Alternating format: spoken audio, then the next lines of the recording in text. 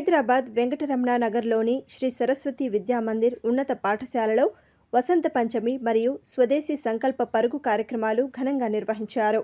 ఈ కార్యక్రమంలో భాగంగా డాక్టర్ వేదాల భాస్కర్ సమితి అధ్యక్షులు, కొండా హనుమాన్లు కమిటీ అధ్యక్షులు, అన్నదానం సత్యనారాయణమూర్తి కమిటీ కోశాధికారి మరియు కమిటీ సభ్యులు పాల్గొన్నారు.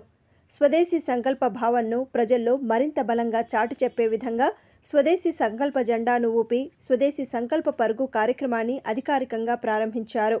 అనంతరం వసంత పంచమి సందర్భంగా పాఠశాల ప్రాంగణంలో హోమం నిర్వహించారు. అలాగే నిర్వహించిన అక్షరాభ్యాసం కార్యక్రమంలో వారు పాల్గొన్నారు.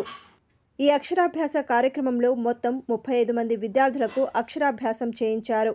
ఈ కార్యక్రమం శాస్త్రీయంగా ఆధ్యాత్మిక వాతావరణంలో అత్యంత విజయవంతంగా నిర్వహించారు. అలాగే స్వదేశీ సంకల్ప పరుగును విజయవంతంగా నిర్వహించుటకు సహకారం అందించిన మహేష్, విశ్వ హిందూ పరిషత్ మరియు వారి బృందానికి పాఠశాల తరపున ప్రత్యేకమైన ధన్యవాదాలు.